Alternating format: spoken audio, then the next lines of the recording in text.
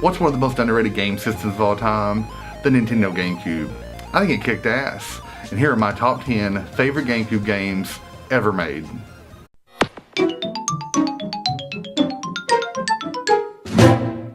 I don't know if you know this about me, but I'm scared of horror games. I don't know what it is. I love going to horror movies in the theater, but I guess I can hide my face there.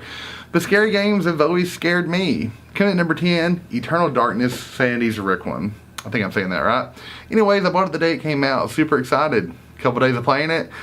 And it pretty much fucked with me pretty hard and I couldn't handle it. But I had two of my best friends. They loved the game, so I started watching them play the game. So through them I experienced the game and all the crazy shit it would do to mind fuck you.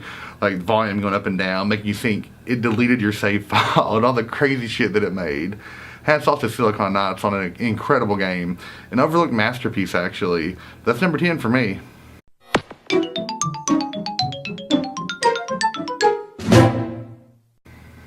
Coming in at number 9, a multiplayer classic, Time Splitters 2.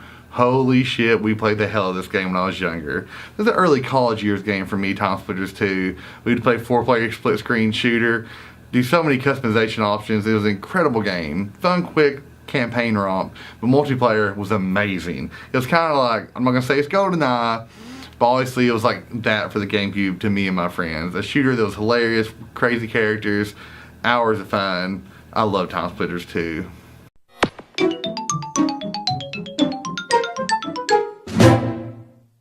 Now coming at number 8, I don't know how you feel about Mario sports titles, but I kind of love them. Number 8, Mario Golf, the Toadstool Tour. Now I loved Mario Golf on the N64, so it's only a natural fit that me and my friends would love Mario Golf on the GameCube, and we did.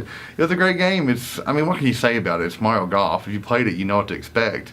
Great controls, cool courses, all the Mario crew there. It was just an awesome game. We played the shit out of it, and I love it.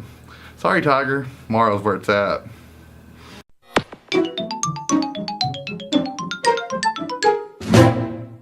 Now, number 6 may be my shocking pick on this list. You ever hear of a game called Aggressive Inline? If you have, good for you, and you know this game is fucking incredible. This is the era where Tony Hawk and Dave Mirra's BMX and all these BMX Triple X, all these extreme sports games became cool because they were actually really good. Great soundtracks, cool crossovers. But Aggressive Inline, it was an extreme sports game, but for rollerblading, who would have thought, man? And the game was amazing. The maps, the levels were incredible. All the stuff you could find, the skill progression, the music was amazing. It was easily my favorite extreme sports game ever made. That's saying a lot against Tony Hawk and all those guys. But if you've never heard of Aggressive Inline, look it up.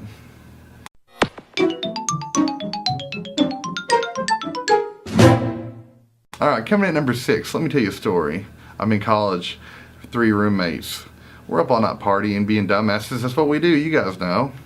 One game made us wake up at 6 in the morning, 7 in the morning, 8 in the morning, every day for weeks. Thank you, Tom Nook. It was Animal Crossing. I didn't know what to say about Animal Crossing. It's cutesy, it's cuddly, whatever it is. It was the first version. The first version of the game came on the N64 in Japan. This is the American audience's first shot at Animal Crossing, and me and my friends, we loved it. We have one town. They only have 4 houses. There's 4 people in the house. Perfect. We all had a house. And I'll go to my brother's house, cut trees down in his yard, litter my other buddy's houses. I guess we didn't really play the game. It was intended to be cutesy fun and town building. We just tried to raise hell and make our shit look cooler than our buddies. And that's what Animal Crossing was to us. And you know what? We loved it. And I'm a huge Animal Crossing fan.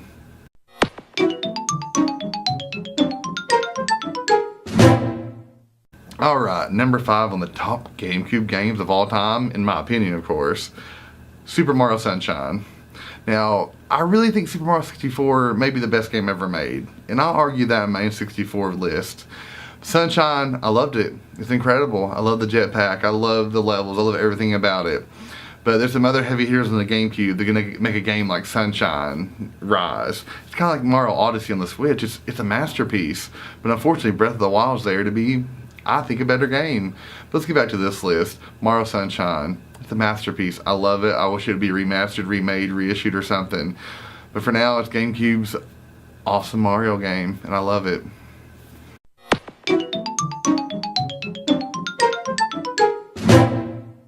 Alright, number 4.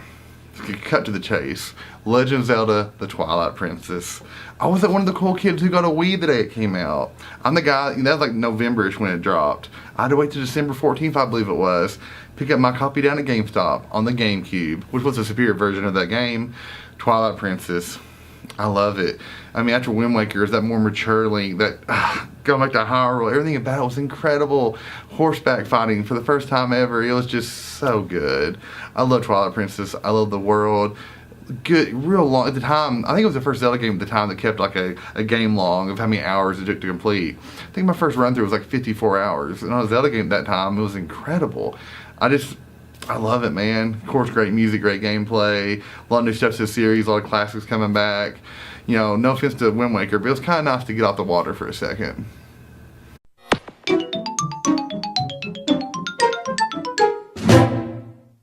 Alright, number 3, which is totally going to contradict some of the things I probably just said. Number 3, Legend of Zelda: The Wind Waker. Let me tell you another story. I'm in college. I'm down at Daytona Beach, A1A Avenue Highway, where the fuck they call it. Well, that's where I was at. We came back a day early on spring break because Wind Waker came out. That's how big of a deal it was, man. I mean, on 64, we had, Ocarina, Majora's, and this was the Zelda, the next Zelda, Wind Waker. And at the time, people were pissy and bitchy about the cel-shaded cartoony graphics. And only 4 dungeons in the game, really. But man, that game is incredible. We loved it. Hitting the open sea, at the time it was so fresh and unique for Zelda to be, it was a reimagining of the series, the look and everything. A lot of people thought it was a departure, but I thought it was amazing. It was a living Pixar film, but Zelda. I love Wind Waker. And for me, it's the number 3 best game ever on the GameCube.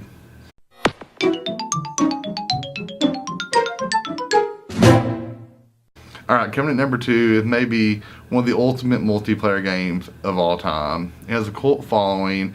We played it probably for 1,000 hours or more.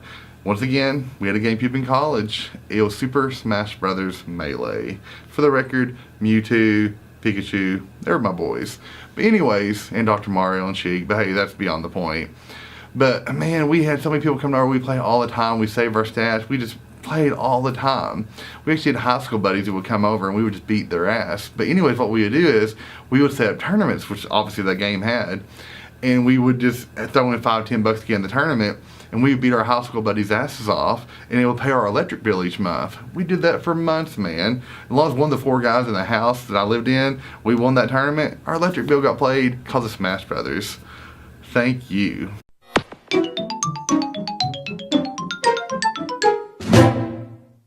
Alright, coming in at number 1, and boy was it hard not to put Zelda, one of the 2 Zeldas or Melee at number 1, but the game we probably played even just a little bit more than Melee was Mario Kart Double Dash. Holy shit. The only game in the series that used 2 different drivers on the cart and flip-flop, you guys know. I think it introduced a blue shell too, so fuck you Nintendo for that. But Double Dash, oh my god, the new courses they brought, I mean, that's our first baby park, oh my god, the levels. The Donkey Kong, the DK Mountain, I believe it was called. But we just, every night, we all get home, we play for hours. Probably for months, man. It was pathetic. I probably wasn't getting laid because I was too wrapped up in trying to win at Mario Kart. How fucked up is that, man? But Mario Kart Double Dash has a super special place in my heart, as the GameCube does. It's one of my favorite Nintendo systems of all time. Thanks for watching, guys.